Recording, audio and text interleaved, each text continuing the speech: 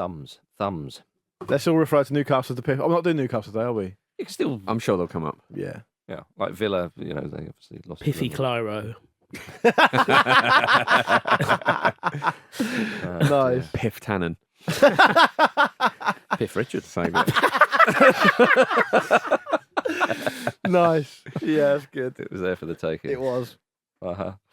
P.I.F. Richard. Yeah.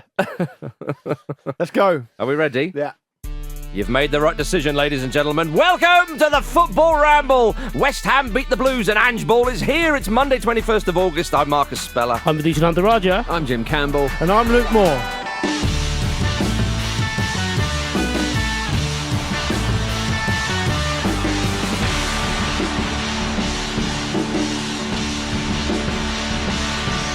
Hello, everybody. It's Monday, the start of the working week. We're with you, the Football Ramble. We're with you all the time, of course, but specifically the time that you are listening to us. Jim Campbell's looking very smug. He's found some Spanish roots in his blood.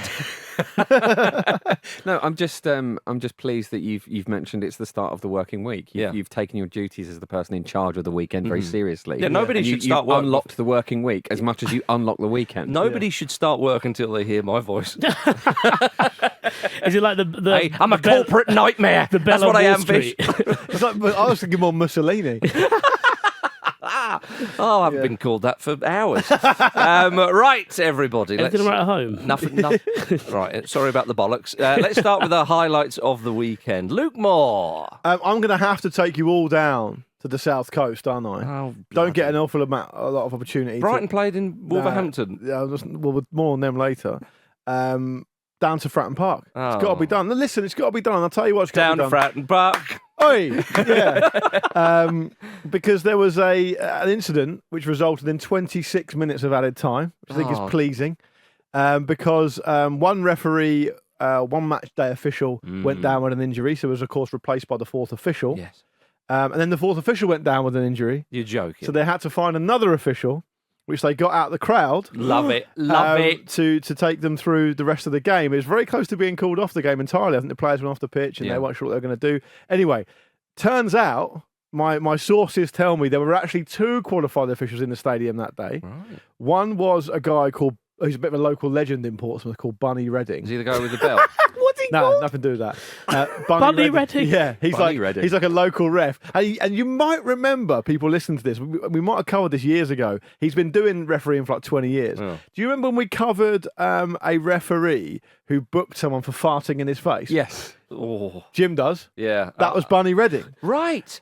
So he was up for it, Yeah, of and they course. said no. I think they might have said you're too old. There's a lot of flatulence today. Too many local characters here. Yeah, Not to be trusted. So a guy called Julian Browning, who was in the, I think he was in the hospitality actually at the time. Okay. He dusted off his flag. Yeah. And got stuck in. So there was a kind of assistant referee / match official emergency on the south coast, but the game limped on to a 0-0 draw. Love that. And everyone it's got on with their superb, isn't lives. it? Like, people don't believe that happens. You know, it's the kind of thing that you saw in, I don't know, like Danny Baker's old videos of football in years gone by and all that kind of stuff of, in the 1965 third round of the FA Cup and that thing, a guy came out of the crowd and referee thinking, we're not. Yeah. But there you are. Yeah. You see, in the dizzying heights of League One.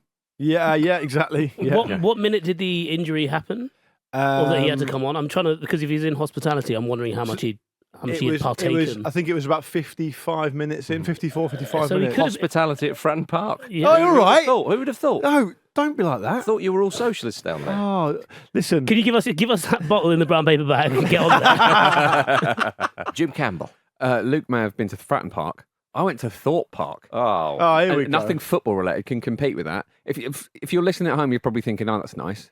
A guy on a podcast I listened to went to Thorpe Park. Unless you also went to Thorpe Park this weekend, you cannot comprehend what a good time I had. I flew, boys. Yeah. I flew What was so good about it? all of the rides Why are you over and asking over questions? again. We should be moving on It was from this brilliant. quickly as It was possible. great. Well, That was good. I'm I glad enjoyed you've it. still got that glint in your eye. Have you seen any football this week? I've seen all of it. Look at that, It you was see. a busy Sunday. He had his iPad with him. On the roller coaster on his phone, Yeah, yeah. of course. Yeah, Well, I'm glad you had a good time. It was great. Aside from that, I meant to talk about this last week. I'm really enjoying Match of the Day's moody sky background. Right. It's really, really strange. It looks like there's some sort of like portent of doom surrounding all the bald men. Well, they're kind of.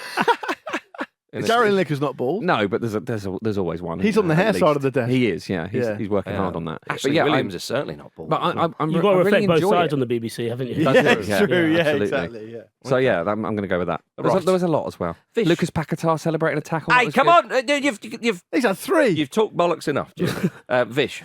So my highlight of the weekend is I went to Loftus Road for the first time in ages on Saturday to watch QPR Ipswich. Right. But my highlight doesn't come from the game. It comes from just before the game when I met up with a mate for a couple of drinks and then went to use the toilet before heading to the ground. And while I was at the urinals, a bloke was talking to his mate about how he's been embroiled in an argument since COVID with his wife. Mm-hmm. Because he wants to put a urinal in their bathroom. and he was just like... Excellent. He was just like, it's the same old argument. She thinks it's unhygienic. I think it's practical. Am I being an idiot here? They wouldn't have them here if it was a problem. And I left thinking, like, it feels unhygienic. Something feels wrong. Yeah. I've never once gone to someone's house, ever. Can you imagine if you went to someone's house and you went in there was a urinal there? That's crazy. You'd be like, this is a... Something's off here. I need to, you need to phone the police. You need to phone it in. Big time. You'd have to leave. You know, if like when you see in the horror movies when they might stumble into a room in an otherwise nice house and it's exactly. You know, decapitated heads. No plumber worth his salt will do it. No. Yeah. I tell you what, though, what they should compromise there, because this man seems quite relentless in his pursuit of pissing happiness, and I think that they should have a urinal outside. Oh, on the side of the house, like years ago, you used to have outside toilets. Nice, wouldn't it? On the side of the house. You don't mean facing the street. Not You're asking for trouble. No. He should never sell it. No, he would shame him. You mean two urinals so you can drive your car through? People buying the house. Oh, I'm not sure, but have a go on it. You will love it. But also the other thing my mate made the point of saying, what is the difference between using the toilet and having a urinal? Totally. Yeah, there is no difference.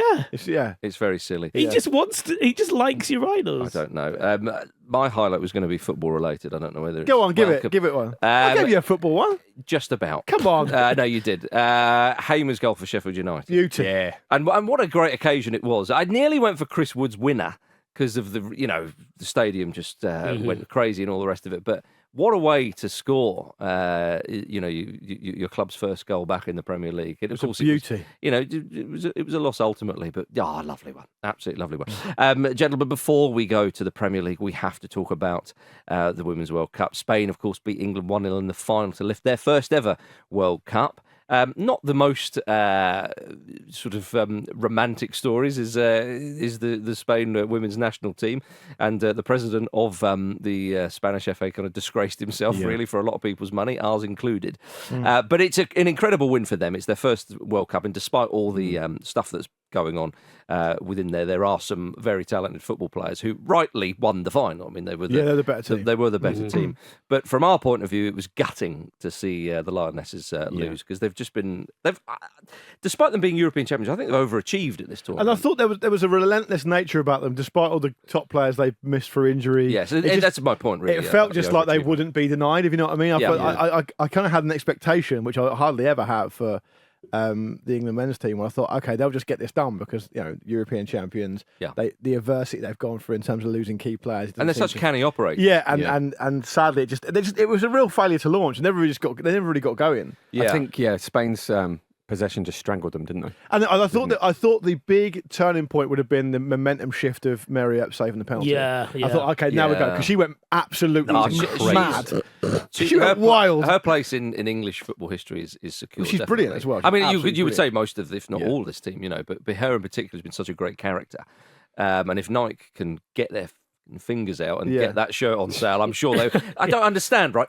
I assume Nike like profit. Okay, they would clean up if they sell that shirt. It's utterly ridiculous that it's not on sale. But anyway, but Vish, you were going to say something. But that's probably a really good example of where women's football still is, because while there has been like a serious amount of progression, it's things like merchandise and even just like general playing kit for at amateur level, and also the fact that doesn't matter how high you get as a women's footballer, you're going to be surrounded by mediocre men. And it was, I think that was quite eye-opening in itself, seeing the Spanish coach Vida celebrating on his own. I think the fact that so many of those Spain players, put in the performances of their lifetimes, really, not just in this one final, but throughout, Bonmatí in the centre of midfield for Spain was amazing, unreal, a proper glider, a glider's glider. And I think it was, even the England's injuries, as it were, there's still a lot of grey areas around why it seems that female footballers, I suppose female athletes, full stop, if you look at what's happening in the AFL in Australia, are so susceptible to serious knee injuries like ACLs and MCLs and stuff like that. But I think just seeing an England team who have won something in the last 2 years going against a Spain team who haven't won anything, and have that, and even just how the World Cup's been with all the other teams as well, all the other teams who weren't expected to get out of the group, it's been pretty remarkable. Well, it's a redemption story for Spain as well, because they were knocked out by England before. So. Well, and in a very tight game, in Spain were quite aggrieved that they didn't win that game in the Euros, of course. But I felt a little bit sorry for Lucy Bronze. Not everyone, sorry, but there was a number of people kind of making her the scapegoat and so on. She didn't have a great game. She didn't have a great game, and obviously, I don't think Walsh had a great game either, actually. But the thing is, but when Bronze gives that ball away in the centre of the pitch, there's still quite a lot to do. It showed you the quality of Spain, and the finish was so precise as well. It was an amazing finish. It was a great goal. I mean, how many other times did players lose the ball in a similar area or do something like that? It just wasn't punished. But this England team, as I say, has been so good. We wanted to start off the show today with an easy. We were denied that. We were denied an easy. But it's been incredible, to see them play, and then obviously the legacy and so on. I mean, to have been European and world champions at the same time. It would have been quite something. And they were very, very close indeed. So there's plenty of cheer to be had. And incredible that, I know a lot of people talk about 1966, even with regards to the women's team. And Wiegman said, she had to deal with that as well, incredibly. But I get that totally. And I think that's fair. But don't forget that the first official Lionesses team was actually in 1972. Yeah. So in a way, I kind of journey, in a way, I kind of think, don't block the women with the men's history. yeah. But it shows you how remarkable this is, and of course the girls on our Upfront podcast, you can find that. We'll cover this in far more depth and far more eloquently than we will. But so do search that in your podcast app. But yeah, it's been a really great Women's World Cup, despite the kickoff times. It's been but that's just to do with I know, they haven't chose that. Well, no, I'll blame them. But yeah, so it's been great, and sadly it didn't end with a win. But and no one feels that more keenly than you, Marcus, as the biggest England fan in England. Yeah, well, do you know what? Just the first World Cup I really watched, the last, I think it was 2015. I remember being gutted when that free cone goal put them out against Japan. And you finally see them get to a final and think, here we go, come on.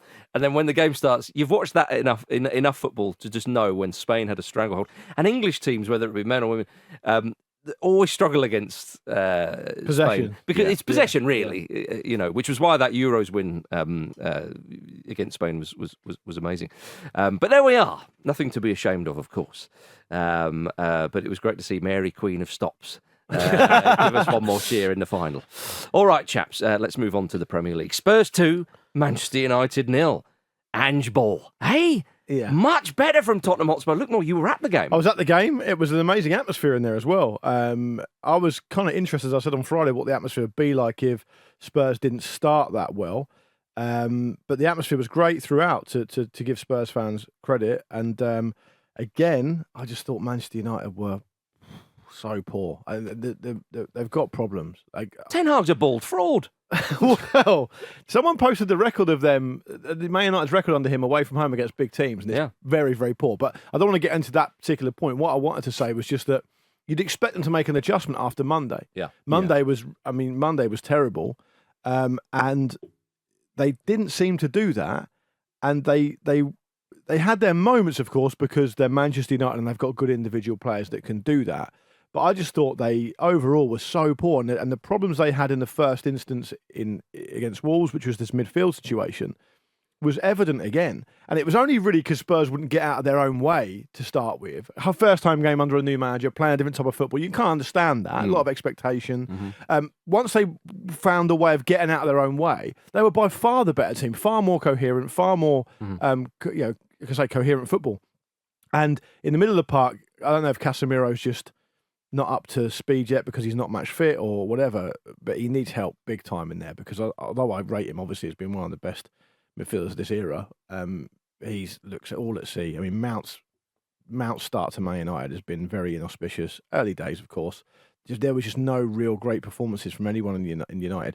I find it odd that someone like Anthony, and obviously Vish will have a more rounded opinion on this than me, but like someone like Anthony, I know it's the fee's not his fault, but how are they going after a player and paying that much for him? He's so predictable. He's the most predictable forward player since. You didn't predict it when he did that little twirl, 360 with the ball. Okay, he does. He's either there you go. Yeah, so what you got to say about that? He's either predictable or pointless. Right. Yeah. There you go. Say about Good that. show. But I thought Spurs were good. I thought as soon as they get Maddison on the ball, I think he'll be a legend there if he carries on the way he's going. Yep. The only kind of slight criticism I throw at Spurs way is just they look a bit light up top. I think Richarlison is, for whatever reason, it's not working out for him at the moment there.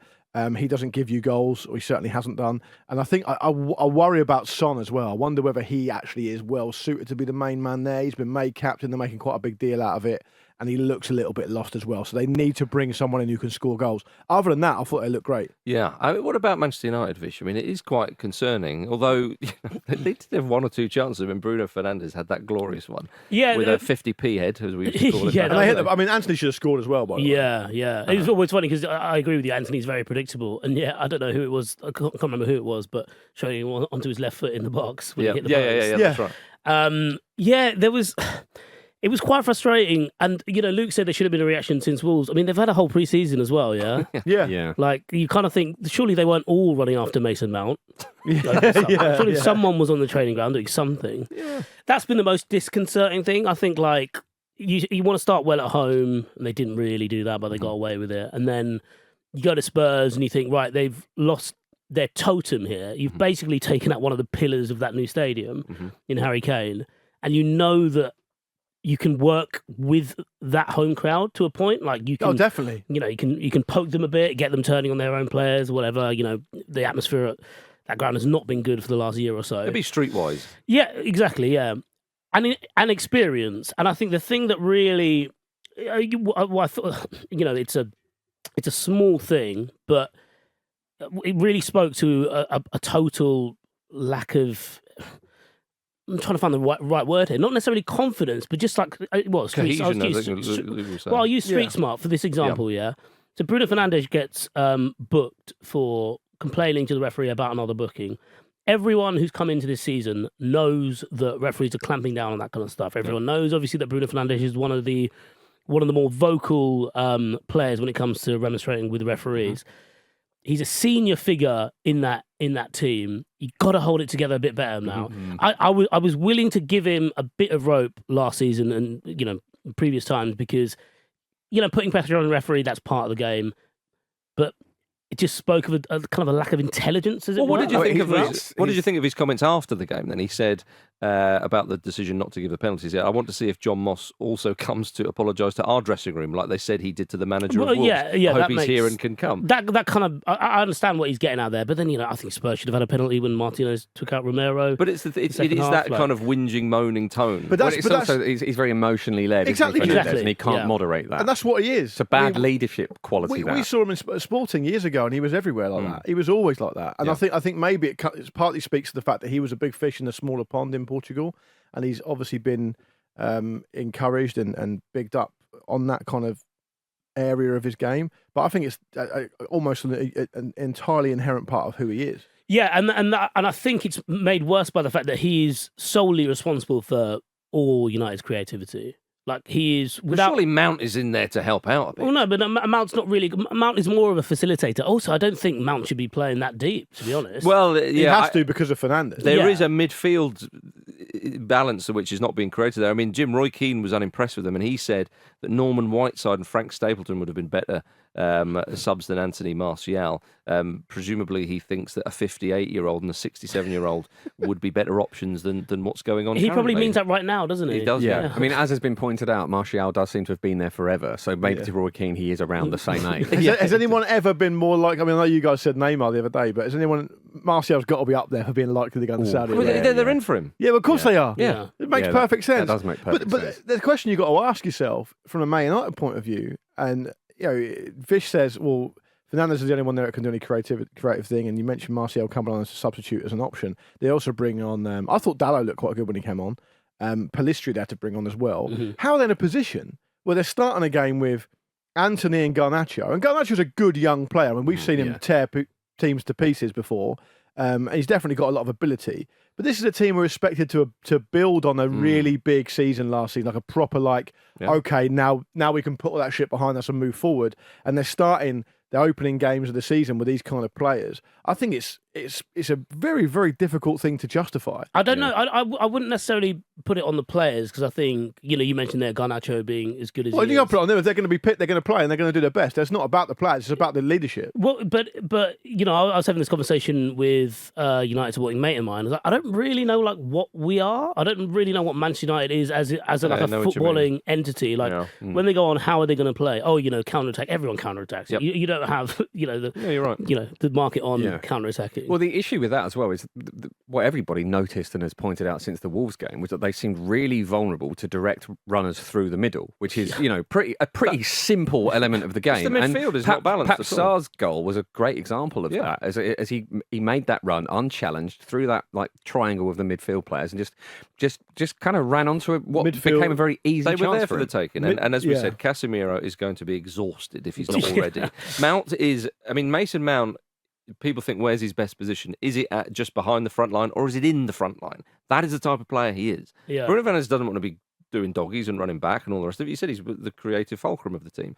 You are left with Casemiro and you're left with the back four and the fullbacks who are fairly competent, but it's so open, and Wolves showed that, and Wolves are not a particularly good side. Yeah, and I think the other thing that really stood out, and this is more actually a credit to Spurs, they were so much fitter. Definitely. Let's talk a bit more about Spurs. Yeah, we should. Because Postecoglou's come in there, and we've been keen to see what he would do. They play against Brentford, who have started the season very, very well, and now they've got a marquee result against Manchester United.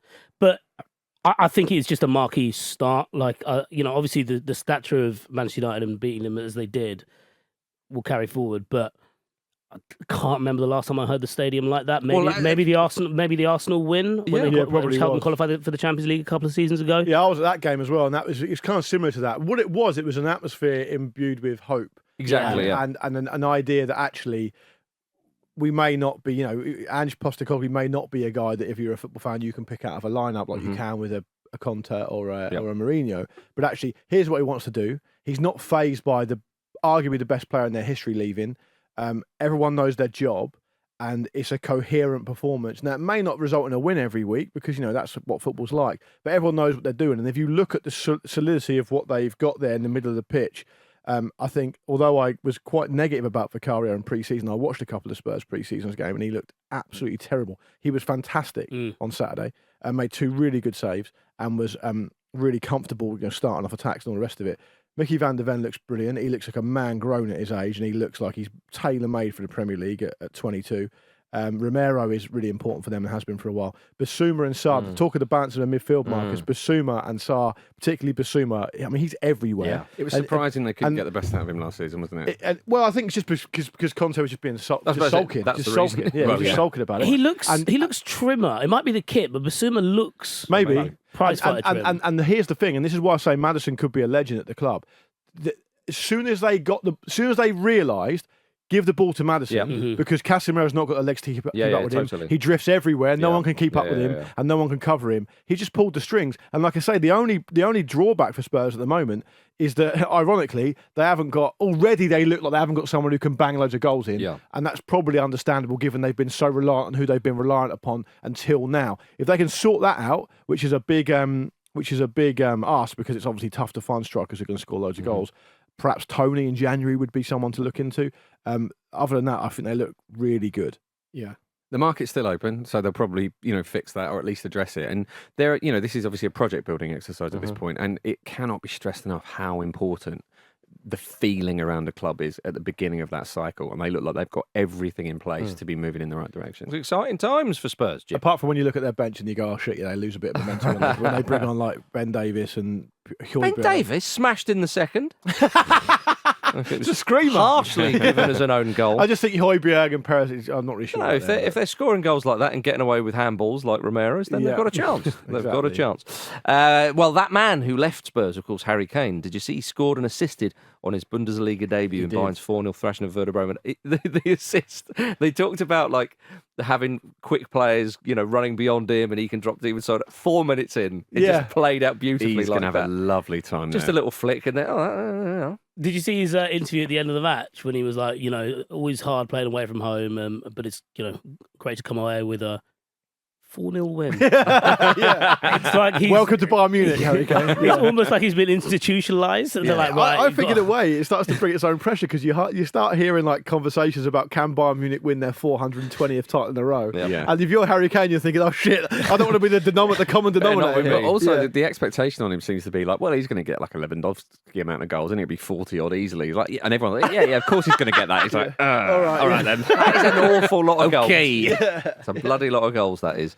Dear me. Gentlemen, before we go for a break, I want to give you some information that came out of the Thurlow Nunn Eastern Counties League on the weekend. You played in that league? You probably have, haven't you? I think I still do.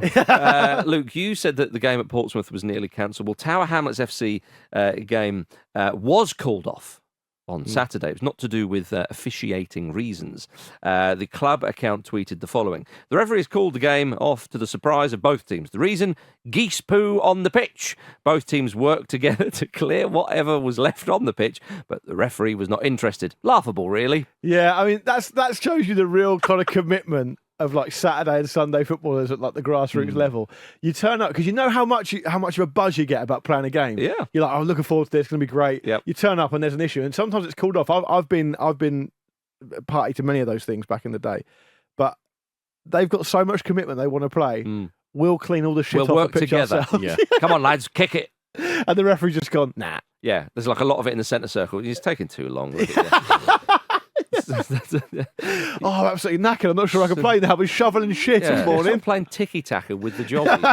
Oh, dear. But the thing is that so if a Premier League manager, if you're losing the game, is that like a little joker? Dust on there. Yeah, exactly. Yeah, look, hang on, there's a geese jobby on the pitch. jobby. No. Is goose poo that bad? I think it is. It's Isn't quite it? small and easy to get rid of. I thought so. You're not talking about I keep calling it geese jobby. Yeah, it's probably a lot of them. Goose jobbies. There was probably more than one. So yeah, I'd imagine so. Do you reckon it was one goose? Well, I tell you what, if it was, Do you reckon it was Dan Gosling? Gooseling. You should have Oh, said Gosling's a young goose. Gosling is literally the name of a young goose. Yeah, that's true. Yeah. I just And wanted... his name. Yeah, it worked. Do you get the double meaning? Yeah, true. Call the whole podcast off. All I'm saying is, there's a difference between if you tread on the dog poo and you tread on the bird poo. The bird poo's not as bad. So I'm saying here, what's your cut off? Yeah, that's true. A lot of players might have been like, do you know what? It doesn't matter. I haven't seen the pictures. I don't know how much there was. But I'm just saying, if it was full of dog poo, you wouldn't want to play. Yeah, that's if true. it's bird poo, it's not that bad. That's all I'm saying. Well, they're cleaning it anyway. Exactly. I don't understand what this guy's problem is. The referee's not going to hit the deck anyway. No. You shouldn't care. Maybe it was Robin. He double booked himself. Jim, maybe it was Robin Goosens. There's two there. Robin. He Bird went- and the goose. He went home to get it. There we are. Right, let's have a quick break. There's two there.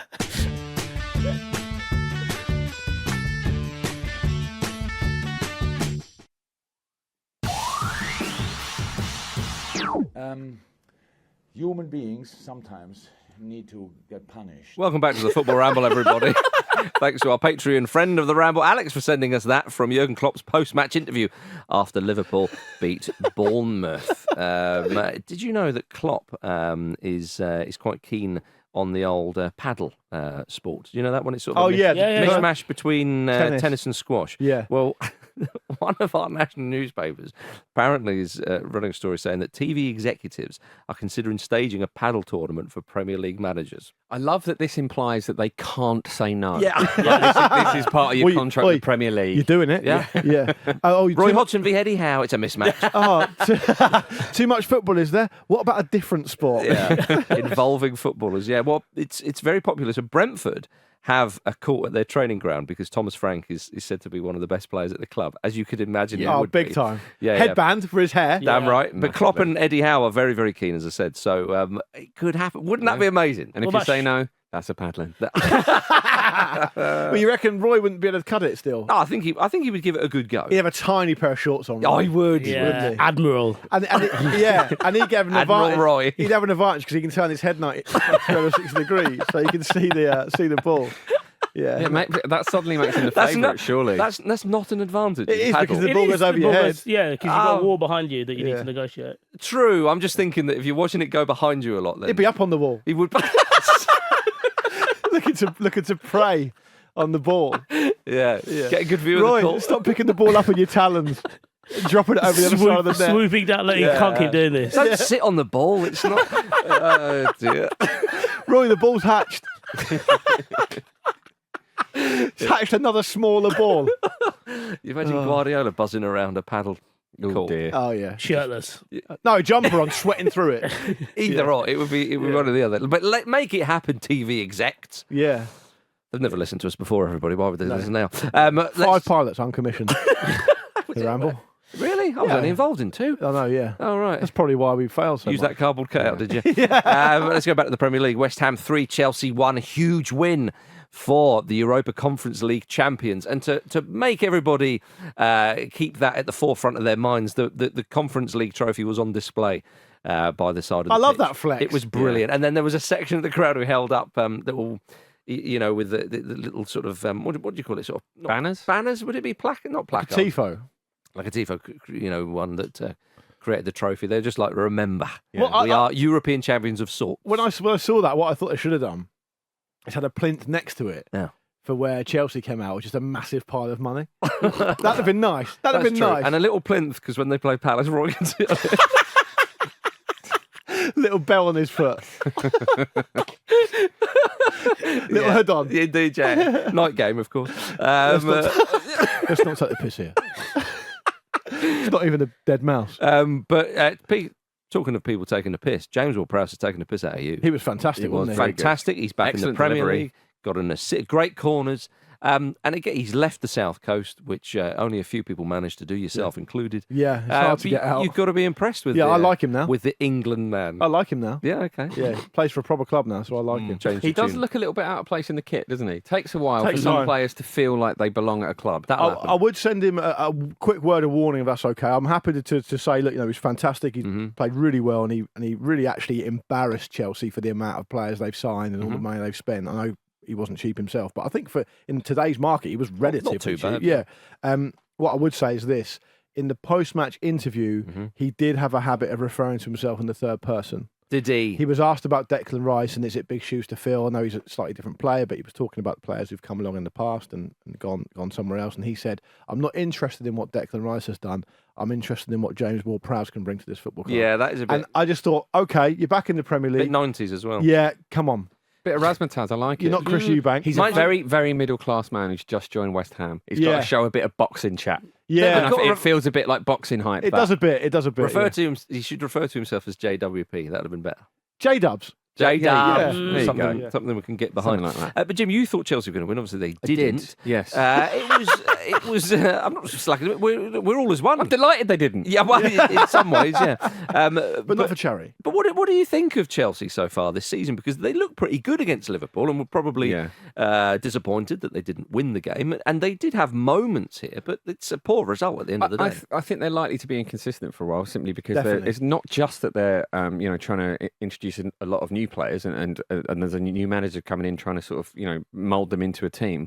is that there's a lot of young players there as well, and so that kind of complicates that even further. So I think we're going to see a lot of up and down results, as I said. I think it's really good for Carney Chukwuemeka to get his first goal. Lovely strike. He was just a bit of a surprising signing last season. I think he was very highly rated at Villa. They didn't really want to let him go, and then he sort of, as so many players did, drifted a little bit in that mad season they had last year. But we really saw what he was about there, and that's pretty exciting. Raheem Sterling seemed at the races. I mean, again. He certainly, caused West Ham problems. Obviously won the penalty. Enzo Fernandez missed it. Yeah. So there's no doubt there's talent in that side. Absolutely. It's trying to gel it together. I would imagine the first training session, or even the first game really of the season, was probably like the first episode of Squid Game. Just all of these people. They're like, what's happening here? Yeah. Why are there so many of us? This is really confusing. I thought it was go around, tell everybody your name and something about yourself. Why is there a box of money? You couldn't fit. Why is there a box of money hanging from the ceiling? But I mean, Mykhailo Mudryk has had another difficult game. Madueke kind of didn't have a huge impact when he came on, but I mean, Madueke, from what I saw of him last season, looks a really, really good player as well. Pochettino just needs to know what his starting 11 is, isn't it? And he can't possibly know that. Good for Caicedo to get some minutes in a Chelsea jersey. That was silly, wasn't it? Oh, what a shame! You've just got to feel sorry for a player in their debut when they do something like that. The problem is that He'll improve though. They've got so many. They just obviously that's just a very simple point to make, but they've just got so many players, and Pochettino likes working with a small group. Yeah. And so he's not going to offload them. Do you know what I mean? They're not going to start selling. And that's the thing. And they may offload some of them, but of course they can only really do that depending on where they go till the end of this month. And then he's got this whole maelstrom of personnel to deal with. And I think when you go away to West Ham, and I know they had a little bit of a. I get the impression based on some of the interviews you've seen and listened to some of the players speak that West Ham was a little bit confused as to why it happened in the Premier League the way it happened last season. They were obviously so intent on winning that Conference League that everything just went by the wayside.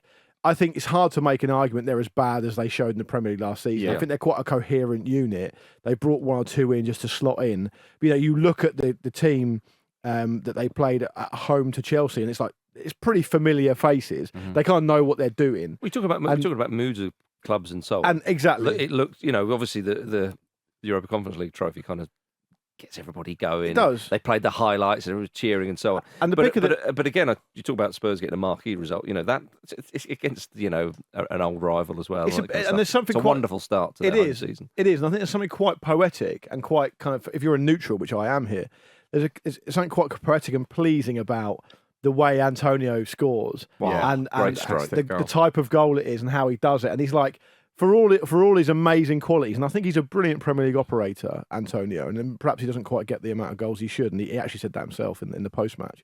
But I quite like the idea. Didn't he say David Moyes said that about him? Probably did, yeah. But the idea of a Commodore Garden, just tough, hard-working, brilliant, consistent striker, scoring a goal like that against Chelsea, it's kind of a bit like, that's how you do it. Yeah. That's how you do it. Well, I think David Moyes said, didn't he, about Antonio's scoring record. He said he only got, was it 4 or 5? Or very few in the Premier League last season. And Moyes said it can't get any better than this. It just can't. But Vish, what did you make of West Ham?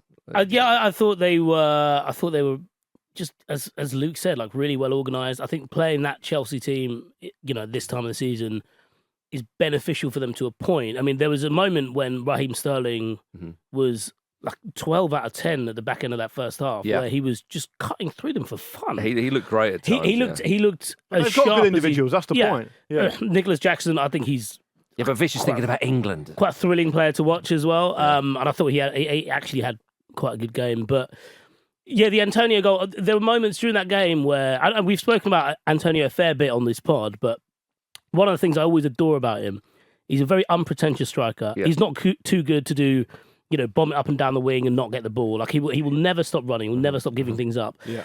And he clearly relishes playing against like name players. Yes. And there was a moment early on in the first half where he bumped Thiago Silva off the ball, and he was clearly like, "I'm going to just keep doing this. I'm going to be so annoying to you." Yeah. And the fact that he basically ends up 1-on-1 with Thiago Silva and smacks the ball in the corner through his legs was quite a beautiful thing. And even his celebration after that, bear in mind he's someone who loves a choreographed celebration. Yeah. He kind of lost himself, didn't he? Yeah, he did. He loved it. Vish, I'll just add to that very quickly. For all the players that have come into the league over the last few years as strikers, tell me a player who's better up front on his own than Antonio. there probably isn't one, and tell me a striker who's better without the ball than Antonio. And I mean, the guy's an absolute colossus without the ball. He must be an absolute dream to play with. He never stops running. Yeah. Erling Haaland's quite good up top on that.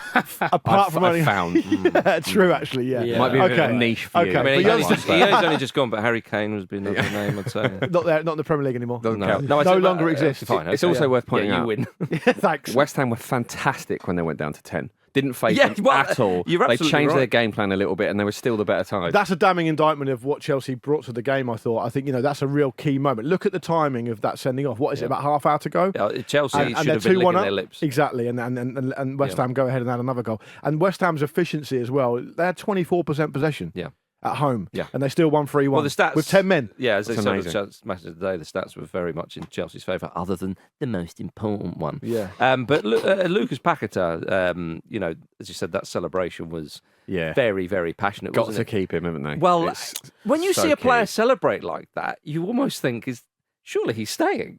You might underestimate how much people naturally just hate Chelsea. Unbelievable. Yeah. But West Ham will certainly want him staying there and doing those passionate celebrations. Let us move on, gentlemen, to Aston Villa 4, Everton 0. Everton recorded their second defeat of the season. Sean Dyche said he could have taken the entire team off at half-time. Good to get... Like Sven. Good. I mean, it's not an England friendly in the noughties, Shawnee. It's not quite. It can't get better. It just can't. It's of the same Can't get species, fucking that, worse. isn't it? Can't I get could have worse. taken the whole team off at half time. Yeah. I want to say something here, and Mark isn't going to like it, so strap yourself in.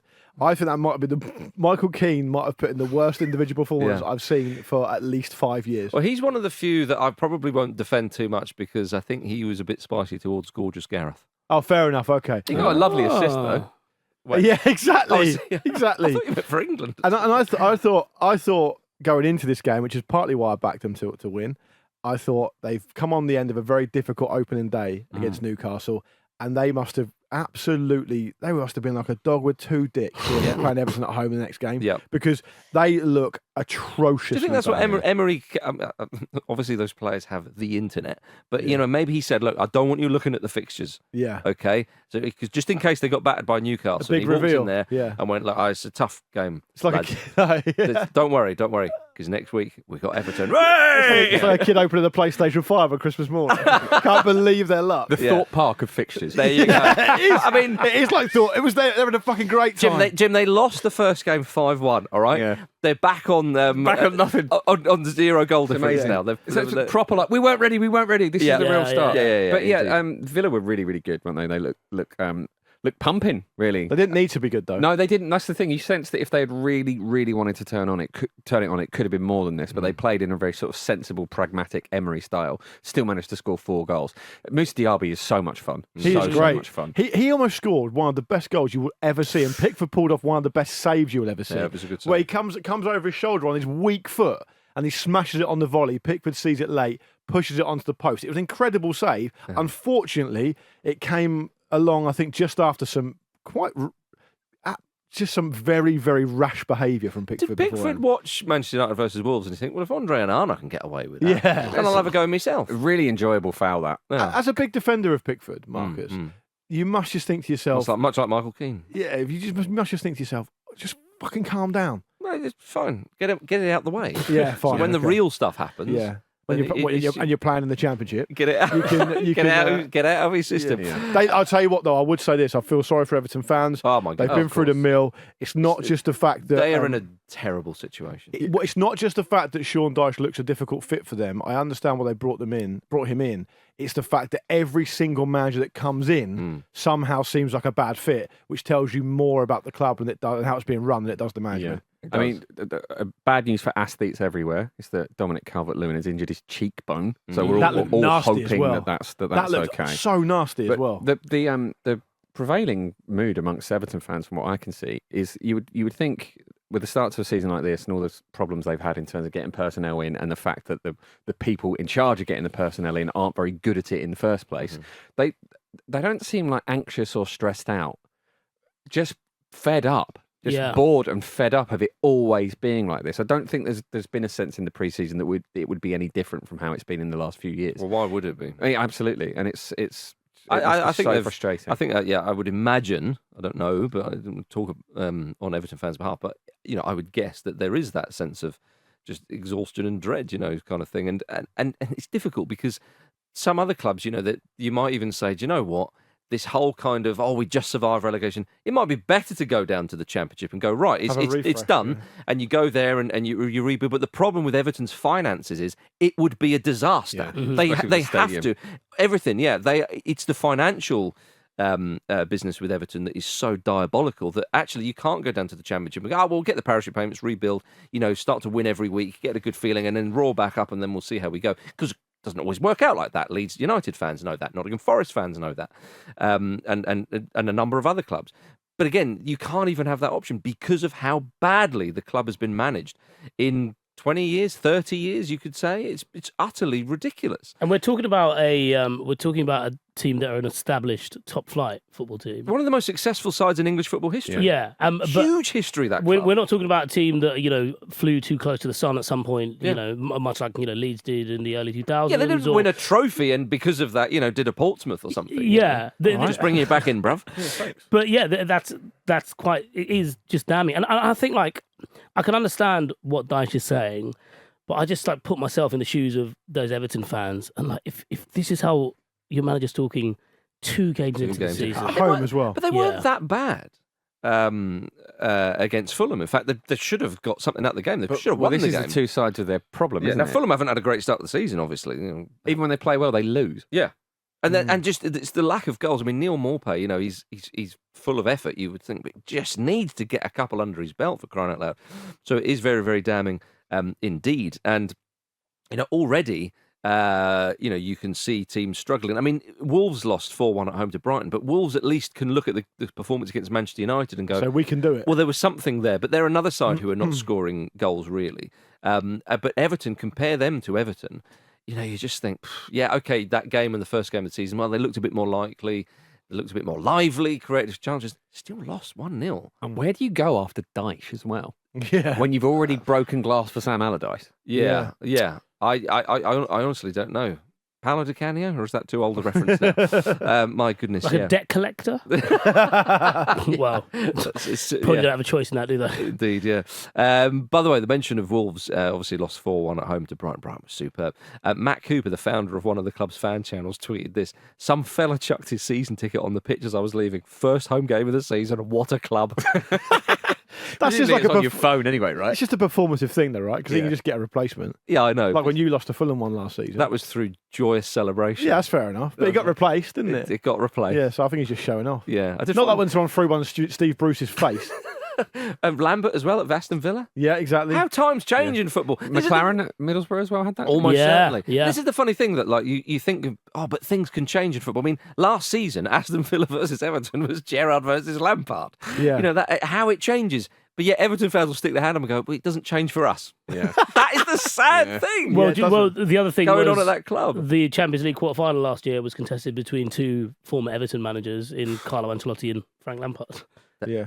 Well, yes. Well, he was Chelsea manager, yeah? Yes, he was. He was. Which means that Well, okay, so maybe that is actually a good example because it highlights how it doesn't matter how badly you do with the club, the only people stuck with it are the fans. What about this? Under this stewardship, Everton had Carlo Ancelotti as their manager. That is a mad stat. That's a mad thing to think of. It is mad. As George W. Bush once said, you can prove anything with facts. Dear me. Are you still stalling because you don't want to talk about Fulham? Not really, no. Well, no, I do, because I want to talk about the refereeing performance. Oh, yeah, fair enough. Go on. Brave, wasn't it? It was, but that's one way of putting it, Vish. Of course, Brentford won 3-0 at Fulham. It was an awful day for Fulham. You were at the game. I was at the game. Were they poor? It was a terrible mistake to let Brentford score the first goal. But Brentford went about their jobs very well. They probably shaded it in the first half, but it was fairly even. Were Visser and Mbeumo good? They were great. Yeah. I mean, the way Visser just gobbles up that chance. There's still a bit to do round the goalkeeper. The defenders there. I mean, he's flying. Mbeumo gets a couple. Obviously, one the penalty of one when Fulham are pushing and they're down to 10 men. But the fact is, they picked them off. Yeah. And once Fulham have got that sending off, Brentford just go, brilliant. We can just take it easy. Take note, Chelsea. But the way that Thomas Frank has kind of recalibrated his forward line to get more out of Visser and Mbeumo is really, really impressive, isn't it? And you would think actually with losing Mitrovic, you might want to look for internal solutions like that in Fulham, but that looks a lot harder. Is that fair? Yeah, probably. I mean, Raul Jimenez started the game, and he is a Premier League operator, but he, hasn't scored a goal for a while. He got taken off, didn't he? He did get taken off, but I mean, by then down to 10, and the game's gone. I think Jimenez it was a sensible signing. I don't think it is going to replace. I don't think he's going to replace Mitrovic's goals, but they now have a fair few quid in the bank to try and go and get somebody, because obviously Mitrovic, it was a club records, they say it's not a signing, a selling, if you like. Yeah. But they haven't revealed the number, have they? It's around sort of 46, 50 million is what you're dealing with there. It's a shame for Mitrovic to go, but when that amount of cash is offered and he's clearly wanting to go, then there we are. Yeah, but the sending off in that Fulham game and the penalty, it's mad. It happened. Mad. So where I sit happened right in front of us, and Tim Ream was adjudged to have made the foul. Very, very soft. And Ream, who is experienced pro, he didn't leave the field because he was basically saying, "Don't worry, lads, VAR will sort this out." But that's the problem. And the referee didn't even go and watch the screen. The problem it was such a piss poor decision. The problem with VAR on that thing, and we talked about this last week, is that it's the burden of needing to overturn it needs to be very high. I know. And so if the referee hadn't given it, there's no way the VAR gives a penalty. Yeah. You're just stuck in that lane unless it's a massive error. Yeah. And to me, it looked very, very soft. And here's the problem with it. It's so consequential because at that point it involves a player getting sent off. It involves another goal, the rest of it. So, I'd be... But when you say it's soft, it wasn't a penalty. Well, there's contact there, isn't there? Yeah. I mean, and that's why VAR can't overturn it. If there's no contact at all, they overturn it. Look, I'm angry. I want to give you some... I quite enjoy having a pop at you about it. But I'm on your team here. I think it's soft. Says the man who, when Garnacho scored that late Man United winner against Fulham last season, just before the World Cup, you turned to me while he ran off to celebrate with the Man United fans. You went, "Oh, you've got to think about that now for about 6 weeks before the Premier League comes back." Just here to give you a dose of realism. There we are. Healthy dose of realism. That was a robbery, by the way. It was absolute stripy jumper stuff. We can't revisit that. Stripy jumper. Anyway, everybody, let's finish with the big news, of course, in the footballing landscape. A month after Lionel Messi arrived into Miami, they've won their first ever trophy. Fizzer, barely as he left the door, they've won their first ever trophy. I mean, that's the story. It does coincide with Messi, Busquets, and Jordi Alba being at the club. We can't forget that. Fizzer out, silverware in. Yeah. How about that, Vish? Well, yeah. I mean, worked with the women's national team.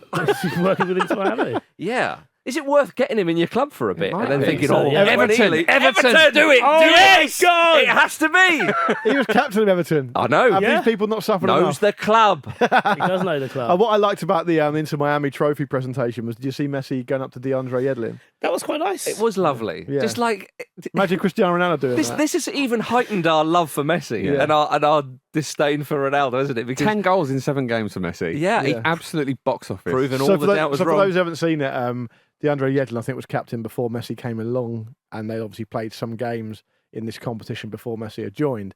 So when it came to lifting the trophy, although Messi is captain now, he wanted Yedlin to be a part of the trophy celebration, so he kind of passed over the armband to him and got him as part of lifting the trophy with Messi, which I thought, I mean, I'm not going to be disrespectful to Yedlin. He's played in this country. He's obviously a decent pro in that.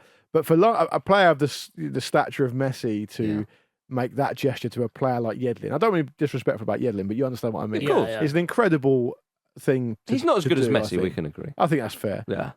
It's an incredible gesture, I thought. I thought it was a really nice touch. And what it does show is a little bit of self-awareness, because it's not like, I'm coming in now, and obviously all the stories are all about me anyway, because they're always going to be, because I'm the best player to ever play the game. It's me winning this trophy, not Inter Miami. He's like, no, it's about you guys as well, and that's really important for him, for him to be able to gel. And because as I said to you a few weeks ago, he can score goals in this league when he's 50. Yeah, I genuinely mean that. Messi, I mean, he's a player of his quality, but for him to kind of ingratiate himself in this way, I think is a really nice thing. But the difference is, Messi said that when he left Barcelona, he obviously wanted to stay. He didn't want to really join anybody, so therefore he didn't want to join PSG. So he kind of had to, and it took a while, but he didn't really sort of settle there. I think it's fair to say. Into Miami, he wanted to go. He's up for this. He's done everything. That World Cup win is right. I've achieved what I've wanted to achieve in football. I'm of the age. Let's go and have a great old time in Major League Soccer. And you can just see it in his body language, the way, like the first few goals he scores, the way he points at those who assist him and so on. he's a bit like, no, I'm one of you guys. You know, obviously he isn't in one sense, but in another sense he very much is. So I mean, DeAndre Yedlin, it would have been funnier if he Messi goes to put the armband on him. He's like, no, mate, you lift it. I will take your win bonus, though. Yeah, exactly. I will take the stake in the club you've got. Yeah. But it takes a lot. Can I get Apple TV for free? It took a lot to beat Nashville because they had to win 10-9 on penalties. Yeah. Nice to see Reese Witherspoon. Did she bring the ball out? She was involved. Sorry, what? She was involved, yeah. This is America, baby. Yeah. It's You know, showbiz, as Childish baby. Gambino once said. He wasn't there. Yeah. He should have been despite there. Pete's request. About a different thing. That's pretty cool. Yeah, how about that? But yeah, and of course, Nashville managed by Englishman Gary Smith. We thank listener Carter for pointing that out to us. Ex-Stevenage, Ex-Fulham, it says on Wikipedia. Did he manage Stevenage for a while? He might well have done. I think he may have played for Stevenage. But no, you're right. He did manage Stevenage, yeah. And he won a Major League Soccer trophy with Colorado Rapids. There we go. Back in the day, in fact, the MLS Cup he won, but he didn't MLS royalty. He didn't win the League's Cup, which is this one. He couldn't compete against Lionel Messi and Sergio Busquets. It's a very cool competition, this, isn't it? Because it's between MLS clubs and Liga MX clubs. Which is strange. Yes. Cool. And I'm all for it. Yeah, damn right, Jimmy. Damn right. There we are, everybody. Thank you very much for listening to the Football Ramble, part of the Acast Creator Network. Luke and I will be back for Ramble Reacts tonight after Crystal Palace versus Arsenal. Follow us on Twitter, TikTok, Instagram and YouTube at Football Ramble. And don't forget to subscribe on your podcast app. There we are, everybody. Thank you, Luke Moore. Thank you. Thank you, Jim Campbell. Thank you. Thank you for doing Andy Raja. Thank you. See you soon. Cheers for watching another fantastic clip from the Football Ramble podcast. Make sure you click like on this video and subscribe to the channel, which means you will not miss a single upload.